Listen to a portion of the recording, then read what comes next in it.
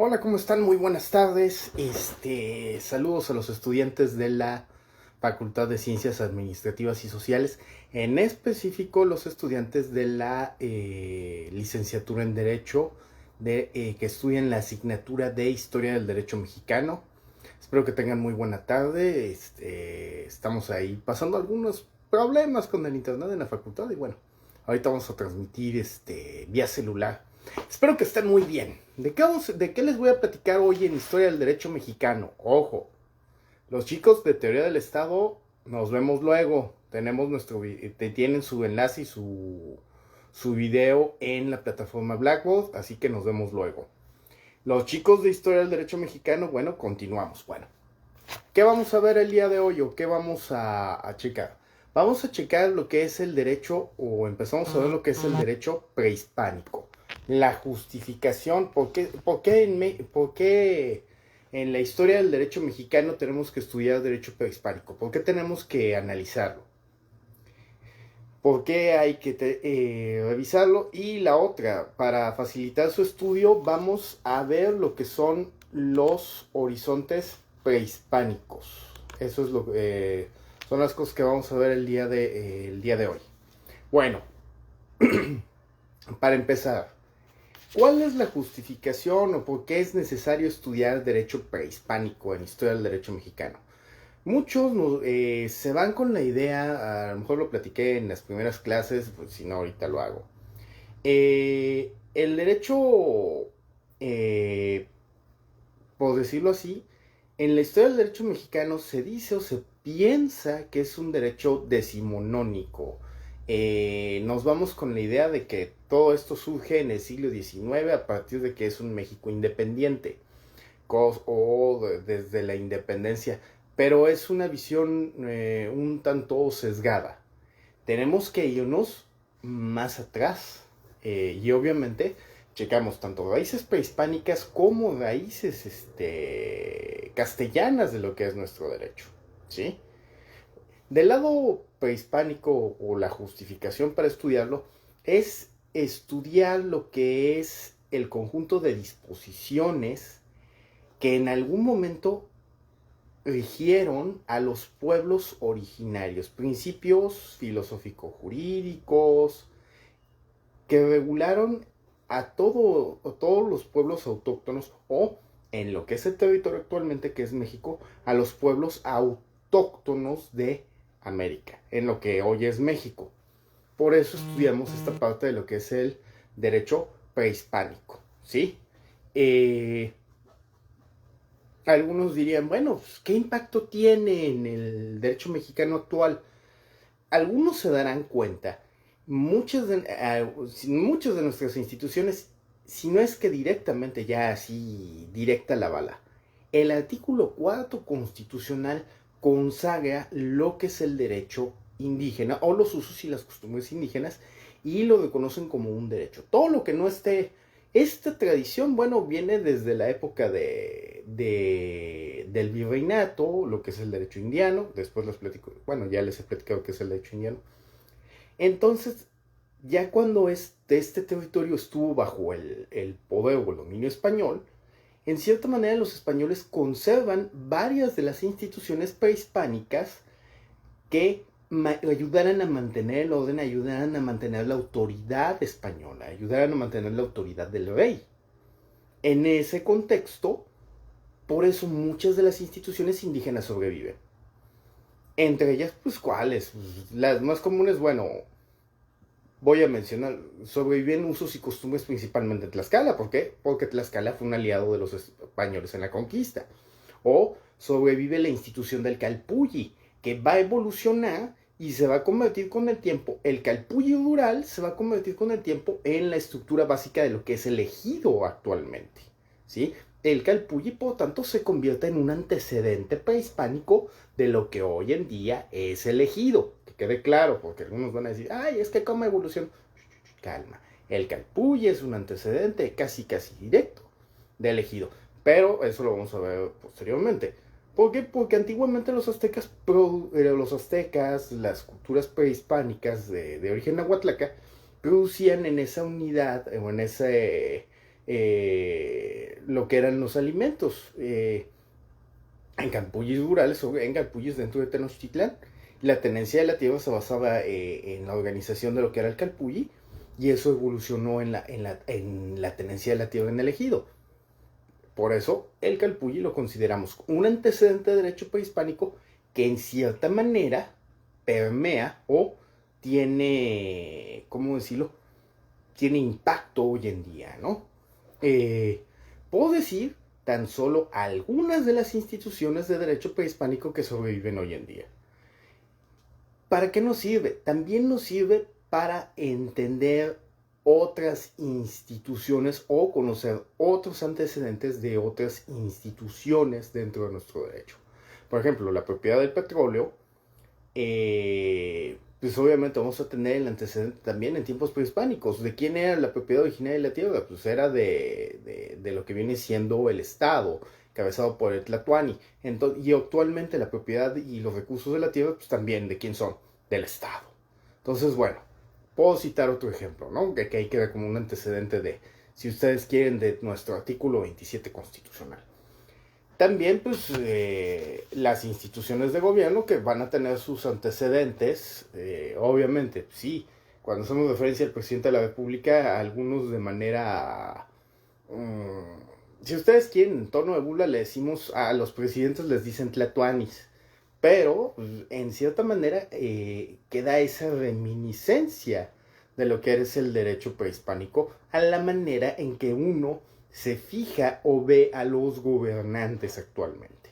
Bueno, entonces se puede ver en cierta manera que todavía quedan reminiscencias o que impacta o hay cierta influencia de las instituciones prehispánicas hoy, o por decirlo así, hoy en día en nuestras instituciones de derecho positivo mexicano, por decirlo de alguna manera. ¿Dónde lo vamos a ver? También en el artículo 4 constitucional. Vuelvo a señalarlo, en donde se reconocen usos y costumbres indígenas que siempre y cuando no atenten contra los derechos humanos o no atenten en contra de la soberanía del Estado mexicano, pues van a ser reconocidos y se van a aplicar, ¿no? Se van a aplicar los usos y costumbres indígenas. Usos y costumbres que tienen su origen precisamente también en el derecho prehispánico. Bueno, ahí para ir viendo esto, para irlo analizando, para irlo retomando.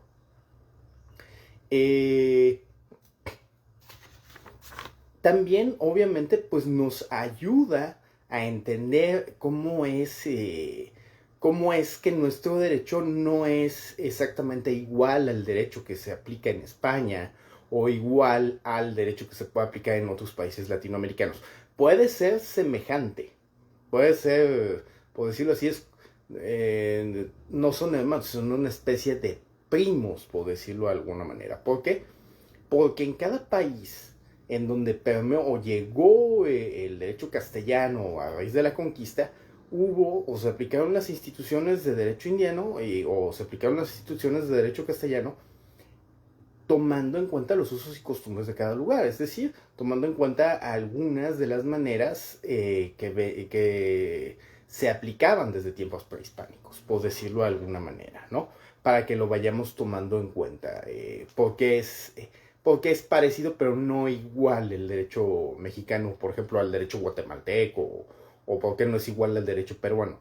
Son semejantes porque vienen de la misma familia de derecho romano canónico, pero en su aplicación, en sus usos y costumbres, cada quien le dio su tinte, le dio su, por decirlo así, su influencia, conforme a lo que traía en tiempos de lo que eran sus culturas, vamos a ponerlo así.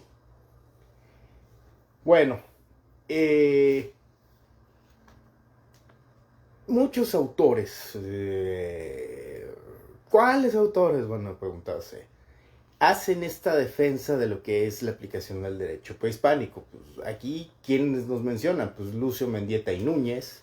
También yo les voy a mencionar directamente a Marco Antonio Pérez de los Reyes. Les puedo mencionar también a Kohler que hace un estudio de... Kohler eran unos apuntes de lo que era el derecho azteca, y hace ese estudio del derecho azteca, del derecho prehispánico, tomando en cuenta lo que venía diciendo Motolinia, lo que venía diciendo fue Bernardino de Sahagún, que obviamente son las fuentes directas o las fuentes primarias de donde Kohler se basó para hacer sus estudios de lo que era el derecho azteca, ¿no? El derecho prehispánico. Y obviamente pues también tenemos a Zavala, tenemos a Rogina Villegas, que obviamente nos hace ver que las culturas prehispánicas, hacer un entramado organizado, obviamente tienen un derecho que en muchos aspectos fue muy sofisticado y que fue tomado en cuenta por los europeos cuando llegaron, ¿sí? Para que veamos el impacto de lo que es este derecho prehispánico en nuestro derecho actual. ¿Qué otros autores? Miren, María de Refugio González, que hace esta observación, de hecho es de las que hace esta observación de que todo lo que no fuera en contra de las disposiciones del derecho de gentes o del derecho aplicado del derecho castellano, de lo que eran las órdenes del rey y obviamente de la religión, podía ser aplicado. ¿Por qué? Porque ayudaba a mantener el orden y la seguridad dentro del reino. Y estamos hablando de las instituciones de derecho prehispánico. A manera o como comentario del calce, por comodidad del rey, se seguía aplicando el derecho prehispánico. ¿Me ayuda a gobernar? Los indígenas están contentos, no hay descontento contra la corona, que sigan aplicando sus leyes. Esto se aplicaba principalmente en pueblos que fueron aliados a España, obviamente durante la conquista, y en los pueblos sometidos también para mantenerlos, como quien dice, relativamente contentos, o, bueno, no contentos, un poquito calmos de que no iban a ser muchos los cambios a la hora que llegaron ellos, pero bueno, eso es de discutirse, ¿no? Pero bueno. También, pues obviamente vemos quien cita y quien habla mucho de este impacto, pues obviamente es nada más y nada menos que Marco Antonio Pérez de los Reyes. Marco Antonio Pérez de los Reyes, que es de origen chiapaneco y que también ve este impacto del derecho prehispánico y obviamente del derecho indígena, de los pueblos originarios, lo ve en su natal Chiapas. ¿Por qué? Porque se siguen aplicando usos y costumbres que obviamente ayudan o a dirimir controversias que se suscitan a la hora de aplicar el derecho, ¿no? Bueno, pueden haber algunas limitaciones. ¿Qué limitaciones podemos tener a la hora que estudiamos derecho prehispánico? Bueno, una de ellas, pues, obviamente es la cronología. En cierta manera, el derecho indígena, el derecho de los pueblos originarios, ha evolucionado. Sí, pues como toda institución humana tiende a evolucionar. Y el derecho que ellos aplican de sus usos y costumbres puede ya no parecerse tanto al de hace 500 años, pero nos dan nociones de lo que se aplicó. Otra de las limitaciones que podemos tener es en cuanto al idioma. Todos los estudios que tenemos, o la mayoría de los estudios que tenemos de derecho prehispánico, son de origen europeo. Una de las cosas, por ejemplo, el estudio del idioma maya. Las mejores traducciones no las hacen españoles, no las hacen mexicanos o guatemaltecos.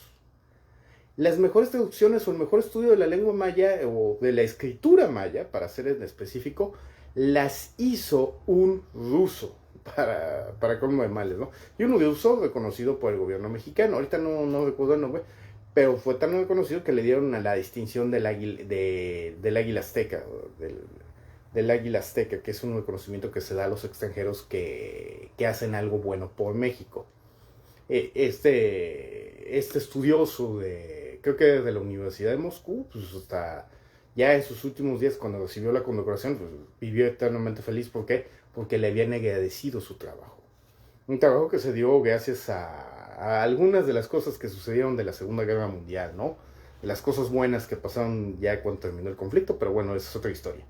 Bueno, de esas limitaciones está precisamente el lenguaje.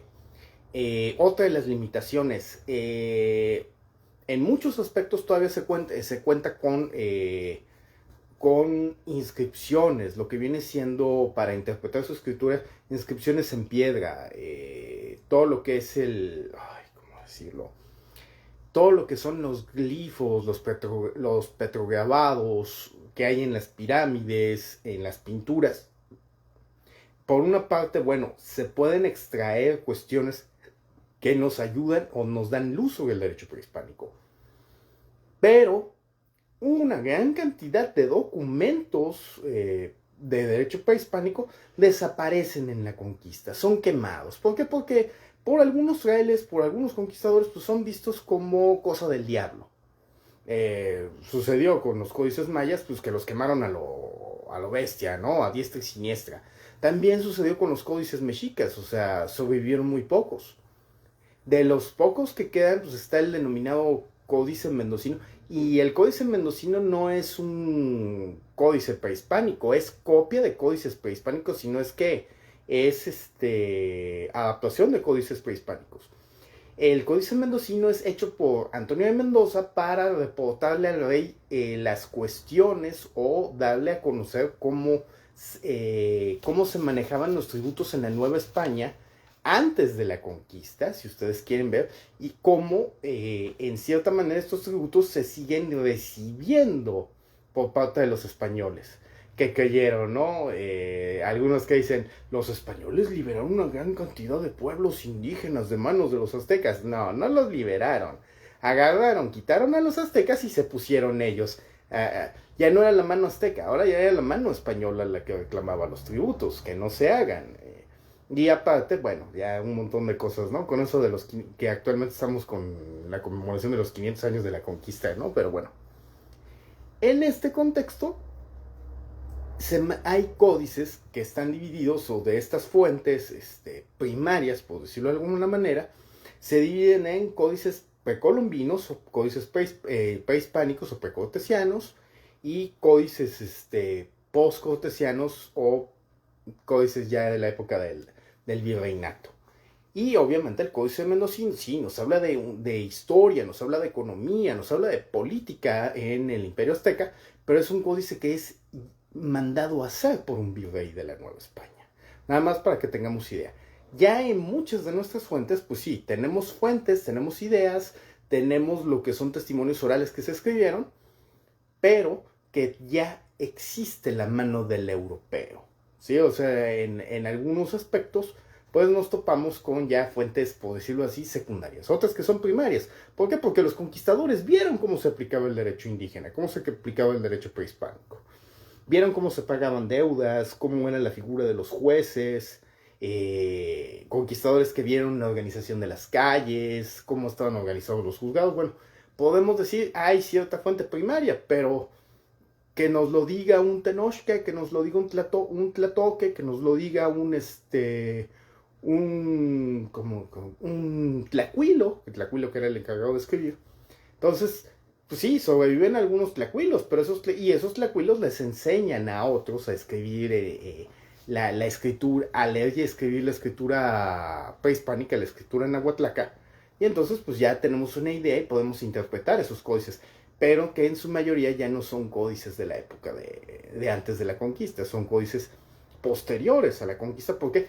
Porque los españoles se dan cuenta que hay que rescatar para poder entender.